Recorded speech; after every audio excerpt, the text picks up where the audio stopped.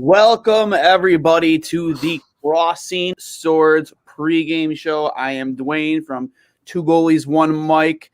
We have on tap Mike Rotolo and intern Cullen. Guys, how are we doing today? Lots to talk about.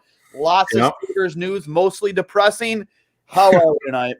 Doing good. Yeah, I mean, for now, another game night. So obviously we're optimistic, but we'll wait and see how that changes over the next couple hours. Optimistic? We're optimistic? Is that I'm optimistic. Why? Can you give me a reason why you're optimistic? Okposo finally is not on the second or third line. So I mean, other than that, we have high hopes. Not sure if it's going to come true or anything, but high hopes. Like how are you feeling? I mean, obviously Jack being out is not a good sign for us tonight, right? So definitely not a good sign. That's net the opposite of positive for sure. Yeah, so I mean, right off the bat, you get that on top of obviously Linus still being out, so it's like a double whammy. Because to me, those are probably two of your most important pieces, and you have neither of them. So yeah, it's definitely. I mean, I wouldn't say a shocker that Eichel's out because we know he's been playing hurt since the start of the season. I think anybody who watches or follows hockey can just see it while watching him. The guy has something lingering, has had for a while, and then he had that injury in New Jersey with that collision with Nico Heischer. And now he's out, and Elliot Friedman reported today that, this could be long-term, which, again, with the Sabres season that most think is lost already as it is, Yeah. It comes to almost no surprise that this is the luck of this team and this fan base. Yeah, it is. It's kind of where it's been all year, and you know what it is? It's when it's going bad, it's going bad. And right now for Buffalo, it went from bad to worse. You lose your captain, you lose your quarterback, you lose a leader, you lose your best player, and you're already on this heater of a losing streak. So I don't know if there's much looking up right now from where they are. No, I agree with you. How about you, Cullen? Are we calling this a heater of a losing streak? Is that the correct term for it? A heater? But yeah, it's not good. Obviously losing Jack. I mean, you're already down McCabe too, and as you mentioned, Rotolo, you mentioned Omar. It's not good. We get a chance to see Cousins play center tonight, which I know, Dwayne, you're probably looking forward to. We talked about in previous shows that you want to see him at the second line center. Obviously, with Jack out, it seems like he's going to head that first line, so we'll get a chance to see him play his true position. And, I mean, we'll see how they take on a Flyers team that's coming in, lost 3 out of their last 4, and looking to get 2 easy points by beating the Sabres tonight. Yeah, again, this Flyers team is full of elite talent. They have great goaltending, especially, against Buffalo, especially with Brian Elliott. You can't deny that. The guy has an absolutely insane record against Buffalo.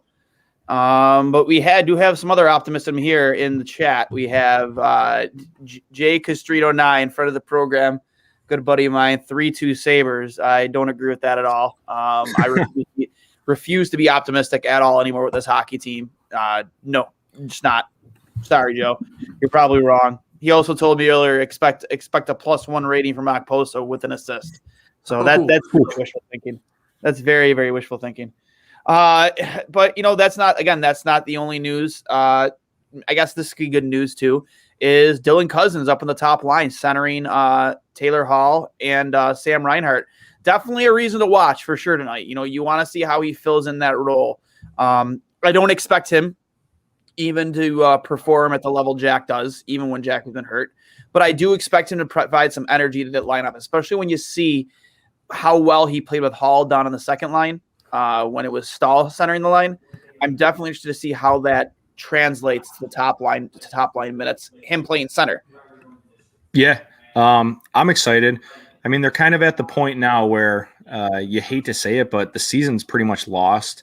They're not going to make the playoffs, and it is what it is. So it's a good thing. It's never good to lose a guy like Jack, but it's good when you have a young talent like Dylan Cousins who can come in and maybe fill that role for them and get some actual minutes and play with some top guys and really see him play to his full potential with guys like obviously Taylor Hall and Sam Reinhart.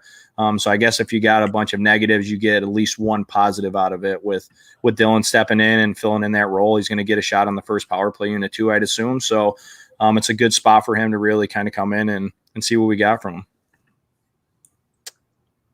Colin? Oh, yeah. I mean, giving him that chance on that first line is going to be huge. It's going to give him a boost of confidence that, I mean, we've seen that he already has. He's going out there, he's throwing punches on guys, and he's able to put the puck in the net, and that's what you want out of a guy who's going to step in. And if Jack's going to be hurt, who's going to be the leader on this team? And if it's some 19-year-old, then it has to be Cousins. And putting him with Hall and Reinhart, I think that's going to be a good combination. Obviously, Jack's been kind of playing slow this year. He's obviously gotten his assists, but he hasn't put the puck in the net. So Cousins is a good passer. He's got a wicked shot, and putting him on that first line is going to be interesting. I'm happy they didn't put Stahl up on that first line with Hall and Reinhart. I'm happy that they're giving the kid a chance. Yeah, I'm definitely that's probably the biggest reason for Sabres fans to watch tonight is see what Dylan Cousins does with that opportunity in the first line. We all know what the kid can do. We saw how well he developed playing that extra year junior. We saw him center that top line and that MVP-like performance in the World Juniors this past off season, NHL off season. But it's definitely a guy. He's a spark plug. He comes with a ton of energy. He fired up the team a couple weeks ago when he dropped the gloves. And unfortunately, the team decided to do nothing with that. They only recorded 5 shots on net after that in a game they were losing by 2. And it's just, I hope that, that continuity he's had with Hall translates to the first line. Again, I'm excited to see this kid play like 22 minutes tonight and see what he brings because, if this injury to Eichel isn't long-term, if it is something that he might be back from in a week or two, then if Cousins performs well in this center role, that gives you a lot of leeway down the middle because then you could slot him down to your second line center because if he shows he can handle this first line center role, you slide, if he's still with the team, Eric Stahl down to your third line center role, and then Cody Eakin is your fourth line center. But if that's not the case and Eichel doesn't come back in long term and you do trade Eric Stahl before the April 12th deadline, right? Holy shit. Your center depth is looking atrocious after Dylan Cousins. Yeah, it is. But I was going to say the flip side of that is if this is something that turns into what we think it could be and him playing very well in that role, then I think it's a lot. Obviously, for the rest of the year, if you lose Eichel long term, then yeah, your center depth is tough. But looking forward, I mean, you potentially have your number 1 and your number 2 center going forward, which to me, from an offensive standpoint, is one of the biggest things for teams. Obviously, when you have a 1-2 down the middle, and especially when they're that young, both of them, it's good. It's promising. It's something that we can look forward to into next year because where we're at right now, I don't think there's anything much promising left in this season as far as playoff potential goes. Mm-hmm. And go ahead, Dwayne. Oh, go ahead, Colin. Go ahead. It's also nice. Obviously, we don't know what Hall is going to do, but to have, a core of 4 guys, if we can keep Hall. He said that he likes playing in Buffalo. He likes the opportunities that he's had. We don't know. I don't personally think he's going to be here next year, but who knows? And if you can keep him, you have him, Reinhart, Cousins, and Eichel, and then you got a young guy in Olsen too. That's a core 5 that you can build a team around. And then on the backside, you got McCabe coming back, Risto, Dahlin. Like that's a good going forward. Obviously, this year is pretty much done for, but going forward, looking at next year, giving these guys the chances like Cousins, put him on the first line and see what he can do because you're going to need these guys next year and going forward after that. Yeah, I can't agree with you more, man. It's, and there's always a lot of speculation surrounding Jack, if he's going to request a trade, if he's going to get traded. I think the best thing that could happen tonight is Dylan Cousins succeed dramatically, in that first line role, because then it shows you that your search for a consistent, reliable second line center is over. You have him in Dylan Cousins, and then you can really fill out the bottom part of your lineup next season. I think Cody Eakin, in my opinion, he's a 4th line center. He's not a 3rd line center. Go find a 3rd line centerman to play. See what you have in Rochester. There's been so much talk around a guy like Rustalainen, how well he's playing in Rochester. Curtis Lazar is nice, but he's not a 3rd line center to me. He's a guy you can slot in at center and wing. He's not a guy that you can rely on to be your 3rd line center, in my opinion. So there's a lot on the line with Dylan Cousins and seeing how well he fits into this new role of his. With that being said, though, obviously we mentioned earlier Eric Stahl, came out in the from the fourthperiod.com today that Eric Stahl will be willing to be dealt before the April 12th deadline to a contender, which doesn't really surprise me. Even though, like most say, there's no way this season isn't over. Yes, we are in last place, but I can't stress it enough. As much as you can go on a 7-game losing streak, you can go on a 7-game winning streak. It could happen. This is the NHL. Anything could happen. As bad as the team, anything could happen. You can go on a heater here. Who knows? Team gets COVID. They're missing their best players. You play them three out of 4 times. Boom, three wins. However it might play out. Every single game, in my opinion, is a 4-point game. You're taking points away from the team in front of you in the standings. So it's not completely out of reach, even though realistically it is. But with that being said, Eric Stahl is seemingly on the trade block.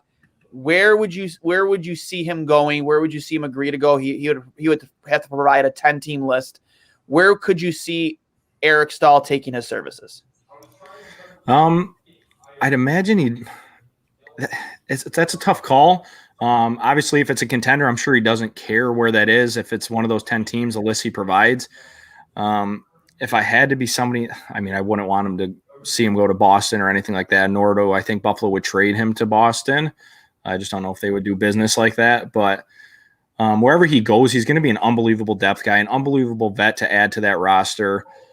Just a very, very solid center. And if I'm anybody on Buffalo right now, and I'm open to being traded, if I'm being honest, for the most part. Mm-hmm. So, you're going to expect this. I think we're going to see more than maybe just Stahl. Whether it's a D-man, if it's somebody like Colin Miller could become available. I could see them kind of parting ways with certain guys just to maybe get something back, if it's draft capital or what it is. So I think we're going to see maybe more than Stahl in the coming weeks. Mm-hmm. Yeah. I'm not really sure about specific teams, but obviously he wants to go to a contender. So you got to rule in Tampa, you got to rule in Boston, unfortunately. And it's kind of interesting to see where these guys, it's just weird that they can say where they want to go, and it's kind of like it's a done deal already. So it's interesting in sports how that happens. But if he wants to go to a contender, he's got better odds of doing that somewhere else than here. But like you said, season's far from over. It's there's not a lot to be happy about. There's not a lot to smile about. Not a lot to be optimistic about. But like you said, heaters, we can get off this heater of a losing streak, as Rotolo said earlier, and get on a heater of a winning streak. And it's absolutely embarrassing. Just hope the dart starts taking us, I guess. Yeah. Honestly, I'm an advocate of whatever gets you your best return. I don't care if it's Toronto. I would never, before making deals with Toronto to make them better or put them in a position to get past the first round. But if they're going to give me a second round pick for Eric Stahl, sign me up. Let's go. 100%. 100%.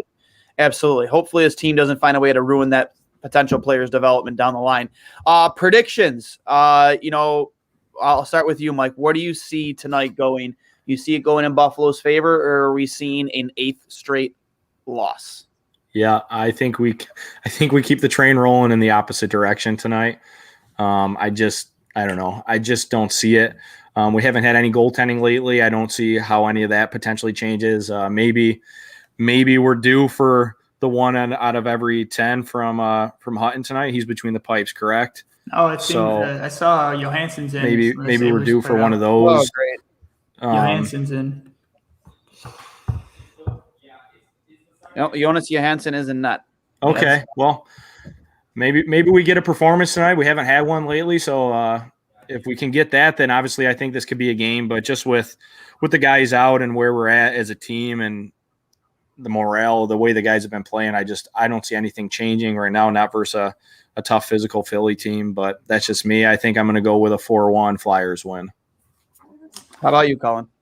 Flyers, said it earlier, coming in, lost 3 out of the last 4 to teams that are above them in the division. They're looking to get the easy 2 points against the Sabres tonight. I think 8 straight is pretty reasonable. I kind of want to say they'll lose 5-2 because that's how it's been the past few games. But I was obviously also going to say 4-1, but since Mike said, I'll go with the 5-2 Flyers win.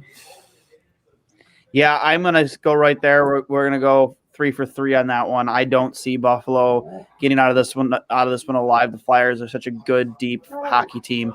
One of the best teams in this division for sure. I'm going to predict a 4-2 Sabres loss. Hoping that we can see Dylan Cousins get on the board just to have some glimmer of something positive to look at. But yeah, that's where I'm at. I'm gonna predict definitely a 4-2 Philly victory, unfortunately. So with that being said, guys, thanks for joining us. We will be back during the first intermission. I have 3 words for you all. Let's go Sabres.